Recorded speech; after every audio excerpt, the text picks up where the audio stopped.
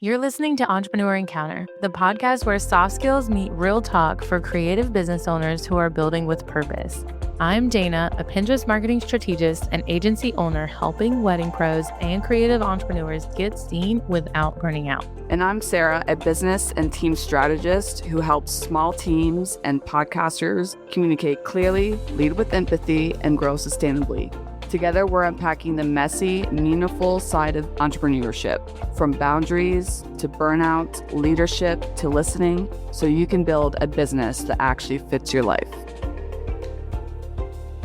You know what nobody tells you before you become a manager or a leader? That leading a team, even leading your clients, sometimes feels like parenting kids, except these ones have deadlines and invoices.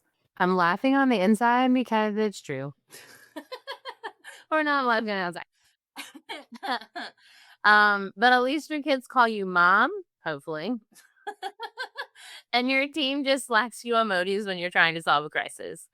I feel like we've talked about this in some capacity on various episodes because I can't talk about soft skills without including a real life example of how I implement it with my children or with my husband for that matter, because these are transferable skills. And if you can lead a team or manage a family, you're probably built to lead a team. Exactly. And that's what we're talking about today. We're diving into the messy and rewarding and sometimes awkward moments of not just being a business owner, but actually like managing behind the scenes, managing your team, managing your clients. So this episode's going to be for you.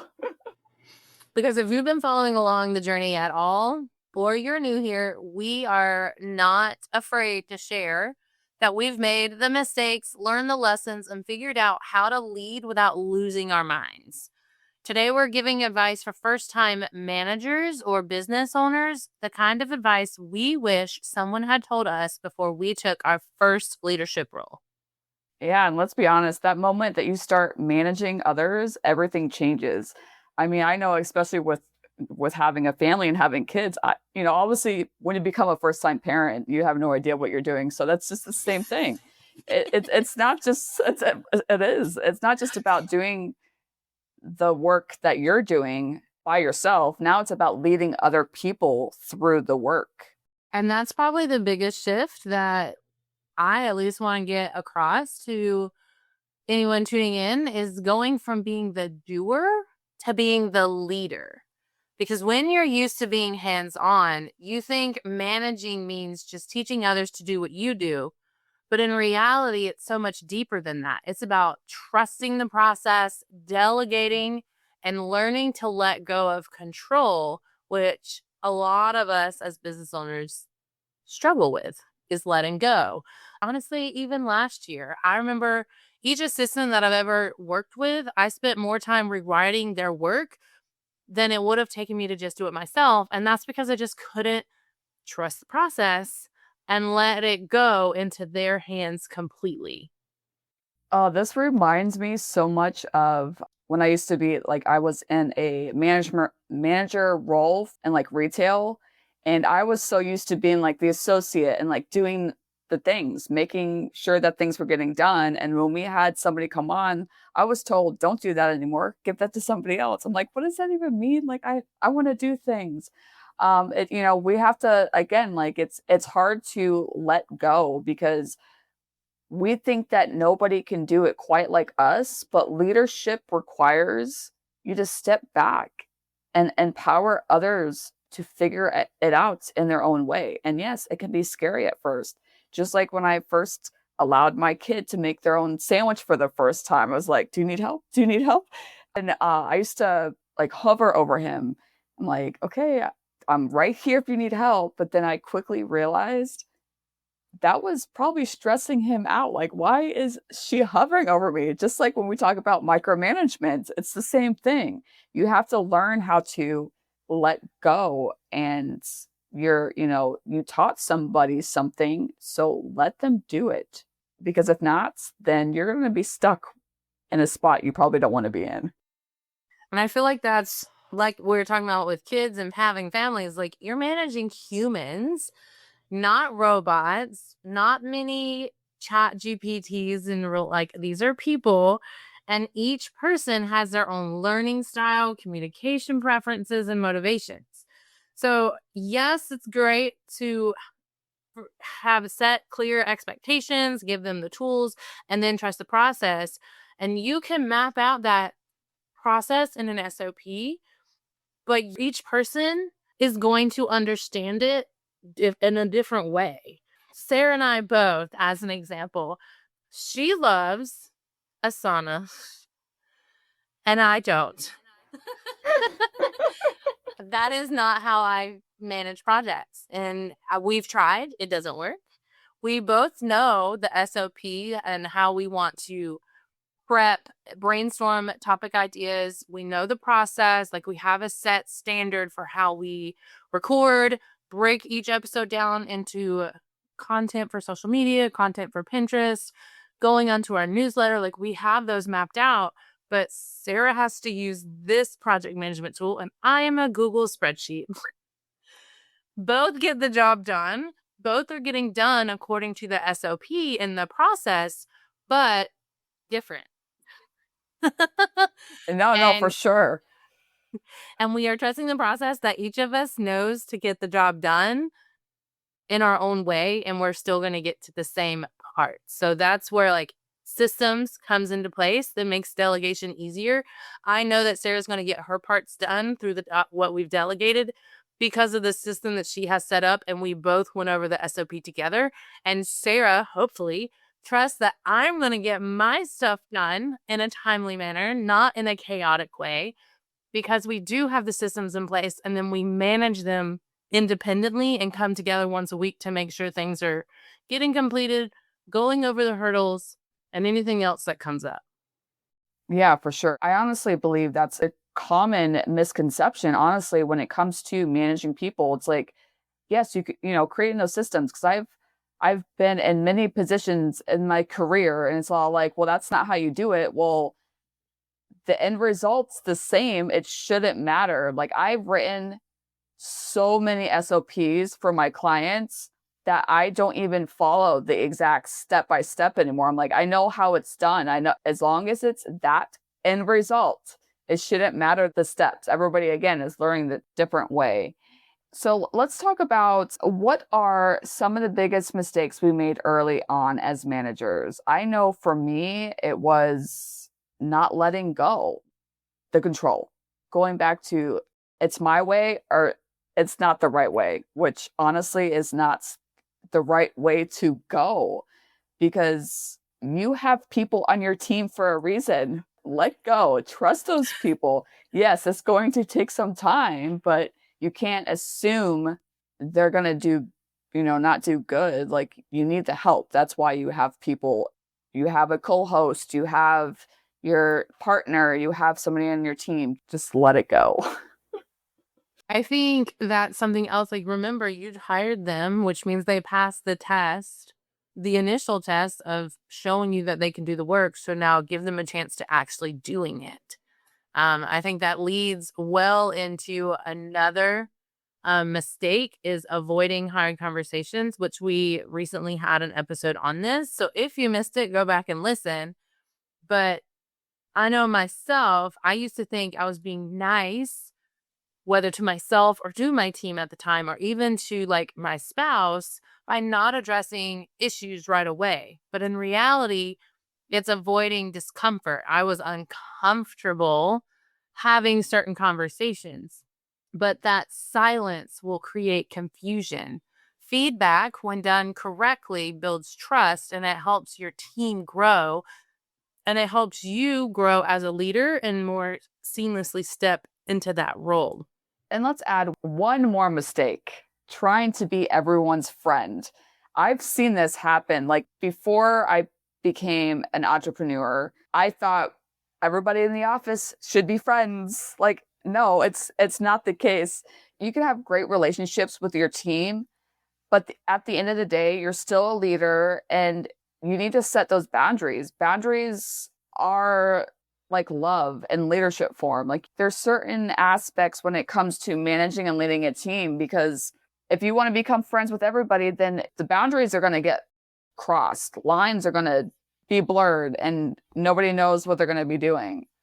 I feel like that's another thing that we can put on a t-shirt. So let's talk about what leading from boundaries, because that's perfection. Let's talk about what good leadership actually looks like. So for me, maintaining those boundaries, it was leading from with empathy and accountability. So you can be kind and understanding, but still hold people to high standards. It's not an either or thing, it's a balance of both. So I understand that my team or my kids are going to have challenges, but I also want them to grow up to be rock star human beings and keeping everyone on my team with an aligned vision. So that means I'm going to empathize, but then I'm going to work with you to come up with a game plan so that we still meet our goals and I'm holding you accountable. Like, you're not getting a pass per se. You might get some grace, but you're still being held accountable for the things that you were tasked for. And that's the goal, right? Like, this is why I personally always say, like, I'm on this mission to humanize the workplace because we are all people. I want to lead people first, and I want to make sure that whomever is in my space is treated as a human. Yes, everybody's going to make mistakes. We do learn from them, have those conversations, lead with empathy and compassion because everybody comes from a different walk of life. Nobody's going to be in the same position as you are, instill that trust in the people that you have. And then if for some reason something is not the way that it should be, have those conversations and going back into like the accountability. Like, we have to get uncomfortable, so to speak. Like, sometimes it's going to suck, but if you don't, again, going back to the micromanaging, the criticism that, that's not constructive at all, no feedback, like we gotta do better. I feel like we should have a confession moment. For both of us, what's one thing you've, on self-reflection, feel like you totally messed up as a first-time manager or when you first were a business owner and had your first hire? Oh, that's such a great question. I mean, I could think back to like so many things. Only one. You can only pick one. Okay. So this has nothing to do with my business, but this is my being a first-time manager and a job that I had once, having to fire somebody, and I had no idea what I was doing. My higher up told me to go fire somebody. I was like, what am I supposed to do? Like, I'm trying to like, how do I word it? And I literally like the person came in, I'm like, we're letting you go. Bye. Like, I was never taught. I didn't know. And I'm like, thinking back to that, I should have like had an actual conversation with this person. And I was told that I need to learn how to fire. And thinking back, I'm like, no, that's not how you should do that. Not at all. For me, it was over promising to literally every client request. This was when I was a solopreneur. So technically I didn't have a team, but that stress definitely passed over to my family because I was not protecting my own bandwidth as a business owner and as at the time, a virtual assistant. Boundaries, again, needed to be created and maintained and protected. I have definitely learned over the years that leadership is not about doing more, but about creating space for myself and now my team, including my family, to thrive. So, for anyone that is stepping into a management or launching their business for the first time, that is probably the biggest key that you need to remember is you do not need to have it all figured out. What you do need is to be willing to learn, listen, and lead with intention. That will speak volumes for yourself as well as your team. Exactly. You got to start small and building those systems and communicating clearly. And don't be afraid to admit when, you're learning. If you're not creating those boundaries, I know we talk about this so much on all of our episodes, you will burn yourself to the ground if you are not setting boundaries. And I think that's really important to have so that you can take everything farther than you think. You don't have to say yes to everything. Baby steps, take your time. And if you have questions, reach out to somebody or just go outside, touch grass. Outside, touch grass. It's so funny because we get so wrapped up in all our work and we're saying yes to everything.